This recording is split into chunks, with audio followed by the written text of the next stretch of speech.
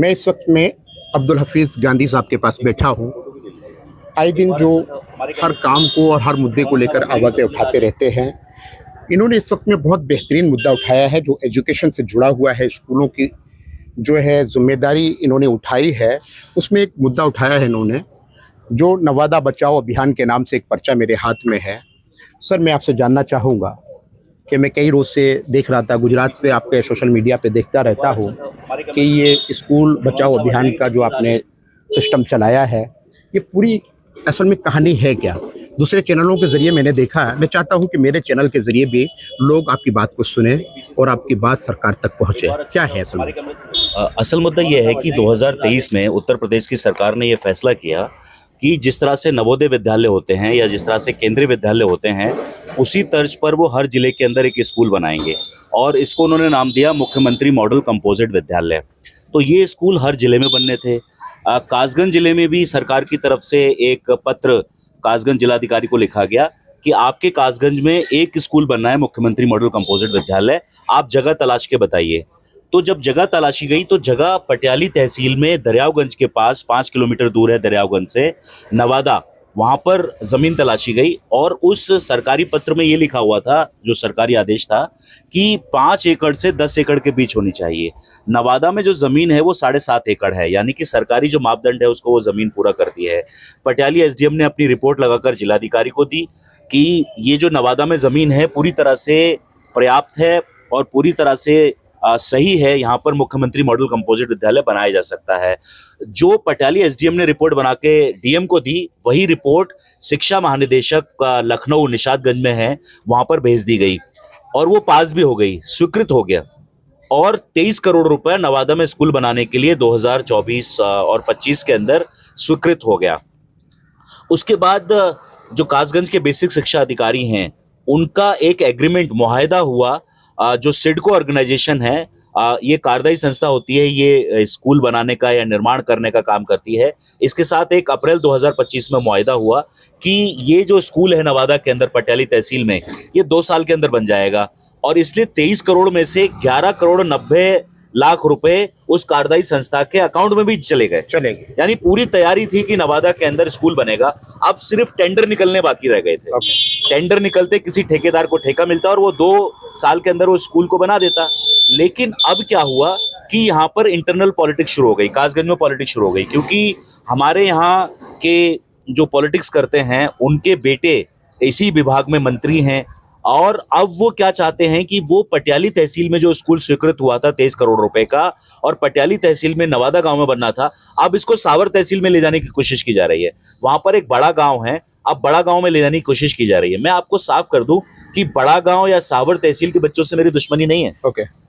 मैं चाहता हूं कि हर तहसील के बच्चे विकास करें, सावर तहसील के भी करें, कासगंज तहसील के भी करें, लेकिन जो पटियाली के लिए स्कूल आया था वो तो पटियाली में बनना चाहिए। पहला हक पटियाली का है, पहला हक पटियाली का है, क्योंकि बिल्कुल मंजूरी उसके नाम से हुई है, पैसा उसके नाम से आया है, जगह भी है, फिर आप क्यों ले जाना चाहते हैं स्कूल? तो हमारी आपत्ति सिर्फ इतनी है कि ये जो पटियाली के लिए स्कूल आया है तो पटियाली में बनना चाहिए। आप अगर अमापुर में, साहबर में, कासगंज में कहीं भी स्कूल बनाना चाहते हैं, आप बेसिक शिक्षा मंत्री हैं, आप इस स्कूल को कहीं पर बना लीजिए। और मैं आप जनता को बताना चाहता हूं कि अभी मई 2025 में सरकार ने जो अपनी पॉलिसी थी कि पहले एक स्कूल बनेगा जिले के अंदर, अब ये पॉलिसी बनाई है सरकार ने कि हर तहसील में एक स्कूल बनेगा। तो जब हर तहसील में एक स्कूल बनना है तो इतनी जल्दबाजी क्यों? आप पटियाली का पटियाली में बनने दीजिए, उसके बाद साबर में बन जाएगा, उसके बाद कासगंज में बन जाएगा। चूंकि पूरी प्रक्रिया पूरी हो चुकी है, धन आवंटन हो चुका है, एग्रीमेंट हो चुका है कार्यदायी संस्था के साथ, कार्यदायी संस्था को 11 करोड़ 90 लाख रुपए उसके अकाउंट में ट्रांसफर भी कर दिए गए हैं।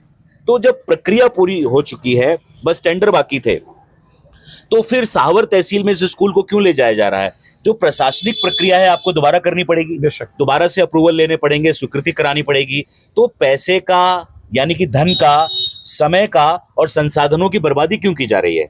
जब हर जगह स्कूल बनने हैं तो इतनी जल्दबाजी क्यों की जा रही है? ये हमारी आपत्ति है। हमने 8 आरटीआई लगाई हुई हैं, बेसिक शिक्षा अधिकारी कासगंज, कासगंज जिलाधिकारी, महानिदेशक जो बेसिक शिक्षा के हैं जो लखनऊ में निशादगंज में बैठते हैं वहां पर, शिक्षा मंत्री संदीप सिंह जी के दफ्तर में, और भी जगह मैंने आरटीआई डाली हुई है, अभी तक मुझे कोई जवाब नहीं मिला है। ये मुझे कोई भी दस्तावेज नहीं देना चाहते हैं। मैं दस्तावेजों का इसलिए इंतजार कर रहा हूं कि जैसे ही मुझे दस्तावेज मिले तो ये जो ट्रांसफर करने की प्रक्रिया है, स्थानांतरण करने की प्रक्रिया है, या एक जगह से दूसरी जगह शिफ्टिंग करने की प्रक्रिया है, इसको मैं हाईकोर्ट में चैलेंज करना चाहता हूं। क्योंकि पटियाली के बच्चों को भी पढ़ने का हक है, पटियाली के बच्चों को भी क्वालिटी एजुकेशन चाहिए, गुणवत्तापूर्ण एजुकेशन चाहिए। और जो नवादा है ना, वो केंद्र में है, उसके पास और भी दर्जनों गांव हैं, तो आसपास के गांव के बच्चे भी तालीम पा सकते हैं, शिक्षा पा सकते हैं। इसके अंदर 1500 बच्चे पढ़ेंगे। ये आवासीय है, यहाँ पर शिक्षकों के रहने की व्यवस्था है, और कहीं पर इतना बड़ा प्रोजेक्ट लगता है, स्कूल लगता है, तो आसपास का क्षेत्र भी विकास करता है। वहाँ सड़क आती है, बिजली आता है, पानी आती है, और भी तरह तरह की सुविधाएं आएंगी। तो हमसे पटियाली का विकास क्यों छीना जा रहा है? पहले आपको मैं बता दूं कि पहले भी पटियाली के साथ अन्याय हो चुका है। पहले जो नवोदय विद्यालय आया था वो पटियाली तहसील के लिए आया था, वो भरगन में बनना था, लेकिन उसको भी सावर तहसील में ले गए। इससे पहले ट्रांसफर और इससे पहले हुआ है, ले जा चुके हैं, हो चुका है। अभी भरगन के लिए एक बिजली घर आया था, उसको भी अमापुर में ले गए। तो क्या पटियाली में लोग नहीं रहते हैं? क्या पटियाली में विकास नहीं चाहिए? और मैं तो जो बीजेपी के सपोर्टर्स हैं उनसे भी कहता हूँ कि आप चुप क्यों बैठे हुए हैं? आपके बच्चे भी तो स्कूल में पढ़ेंगे, आपके बच्चों को भी तो शिक्षा चाहिए।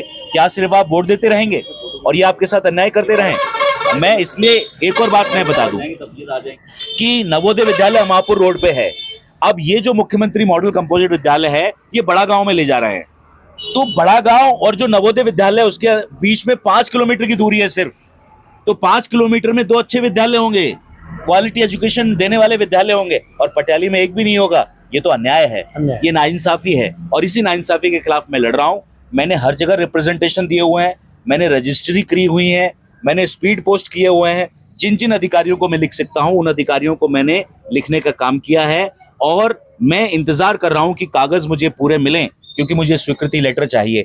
9 मई 2025 को जो पहली डीएम थी मेधा रूपम जी, उन्होंने इस ट्रांसफर करने के लिए एक लेटर लिखा महानिदेशक लखनऊ को कि ये पटियाली से सावर तहसील में ट्रांसफर कर दिया जाए। उस लेटर को भी मैं चैलेंज करना चाहता हूं। तो उस लेटर की भी कॉपी मैंने आरटीआई के माध्यम से मांगी थी, वो कॉपी मुझे अभी तक नहीं मिली है।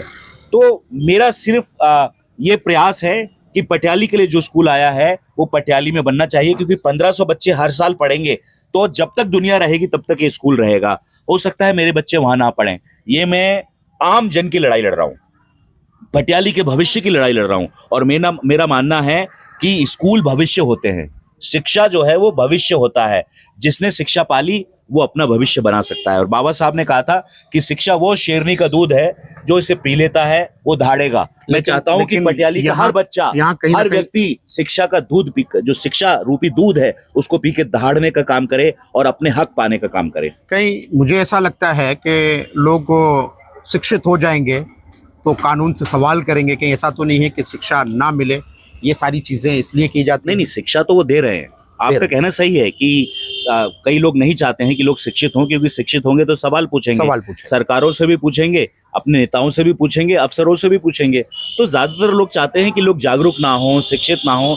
एक बड़ी साजिश की तरफ आपने इशारा किया है। लेकिन मैं कहता हूं कि स्कूल जब सावर में बन रहा है तो वहां तो शिक्षित होंगे ना लोग।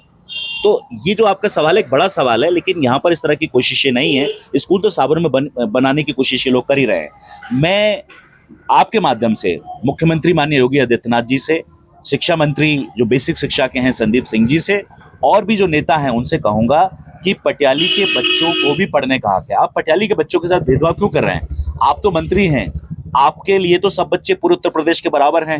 आपके लिए तो कासगंज जनपद की तीनों तहसीलों के, कासगंज, अमापुर, सावर और पटियाली, इन तीनों तहसीलों के बच्चे आपके लिए तो बराबर होने चाहिए। और आप बेसिक शिक्षा मंत्री हैं, आपके पास तो पावर है, ताकत है, आप जितने स्कूल खोलना चाहें उतने स्कूल खोलिए, आपको मना किसने किया है? लेकिन जो स्वीकृति पटियाली के लिए हुई थी, जो विकास के लिए पैसा पटियाली के लिए आया, वो साफ पटियाली के अंदर लगना चाहिए। हमारा कहने का मकसद यह है कि अमापुर के अंदर नवोदय विद्यालय पहले से ही काम कर रहा है, एक अच्छा विद्यालय पटियाली में भी खुलने दिया जाए, और इसके लिए हम जन जागरूकता फैला रहे हैं। अभी मैंने गंजड़वाड़ा से लेकर दरियागंज, नवादा, पटियाली तक 25 जो नवादा गांव है वहाँ 25 किलोमीटर का फासला है, वहाँ पर मैंने स्कूल बचाओ साइकिल यात्रा की थी। अब मैंने ये पर्चे छपवाए हैं, मैं जगह जगह ये पर्चे बांटने का काम कर रहा हूँ। इस पर पूरा इतिहास है, कब क्या क्या हुआ है, और मैंने लोगों से अपील भी की है कि ये सबके लिए है, सबके विकास की बात है, इसमें सबको हिस्सा लेना चाहिए। और मैं जन जागरूकता फैलाने की कोशिश कर रहा हूँ। मैं सोशल मीडिया के माध्यम से भी लोगों के बीच भी जा रहा हूँ, अपनी बात कह रहा हूँ, लोगों के बीच जाकर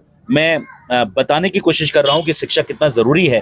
और मैं समझता हूँ कि अगर ये जनजागरूकता से रुकते हैं तो रुकते हैं स्कूल ट्रांसफर करने से, वरना मैं इलाहाबाद हाईकोर्ट की शरण लूंगा और मैं वहां पर कहूंगा कि आर्टिकल 21A जो संविधान का है उसके तहत हर बच्चे को पढ़ने का अधिकार है, गुणवत्तापूर्ण शिक्षा पाने का अधिकार है, पटियाली के बच्चों को भी शिक्षा पाने का अधिकार है और ये हक उनसे छीना ना जाए। ये हमारे सामने इस वक्त में अब्दुल हफीज़ गांधी साहब एडवोकेट हैं। एक चीज़ सामने आती है कि अभी हमने 5 से 7 मिनट तक अब्दुल हफीज़ गांधी साहब को सुना। इससे यही पता चलता है कि एजुकेशन अगर होगी तो आप सवाल करेंगे, और वो एजुकेशन के बल पर ही आज अपने समाज के अंदर जो उन्होंने पहचान बनाई है वो एजुकेशन के बल पर। वरना नेतागिरी तो कोई भी कर लेता है, नेता तो कोई भी एक गमछा डालता है नेता बन जाता है। बहुत आसान है, नेता बनना बहुत आसान है, लेकिन एजुकेटेड बनना बहुत मुश्किल है। उसके लिए अपनी ज़मीनों को भी बेचना पड़ता है और अपने घर से भी दूर जाना पड़ता है। तो वही चीज़ के लिए आज अब्दुल हफीज़ गांधी साहब ने जो आवाज़ उठाई है, स्कूल बचाओ अभियान, यानी जो स्कूल जिस जगह का है उसी जगह पर उसको बनाया जाए और हर गांव, हर महल्ले और हर तहसील के अंदर एक स्कूल होना चाहिए। ये आवाज़ उठाई, ये सारे लोग इनके साथ मौजूद हैं जिन्होंने अभी पूरी बात को सुना। मैं आप तमाम से अलग अलग पूछूंगा, क्या आप लोग ये अब्दुल हफीज़ गांधी साहब की जो पूरी बात सुनी उससे सहमत हैं? ये बात बिल्कुल सही है इनकी? बिल्कुल सही बात है, ये होना चाहिए, होना चाहिए। ये स्कूल जिस जगह के लिए आया है वहीं रहना चाहिए कि इसको ट्रांसफर कर सकते हैं? क्या बोलते हैं आप? हम इस बात से पूरे सहमत है, जहाँ के लिए स्कूल आया वहीं बनना चाहिए। चाचा आप क्या बोलते हो? बिल्कुल चलना चाहिए। ये हमारे सारे लोग मौजूद हैं जो अब्दुल हफीज़ गांधी साहब ने एक पर्चा छपवा कर लोगों को जागरूक करने की कोशिश की है कि स्कूल बचाओ अभियान। ये सारे लोग मौजूद हैं, सबकी एक ही मंशा है, जिस जगह के लिए सरकार ने स्कूल की मंजूरी दी है उसी जगह को रखा जाए और इसके अंदर जो है नेताओं के बल पर या किसी मंत्री के बल पर उसको ट्रांसफ़र ना किया जाए।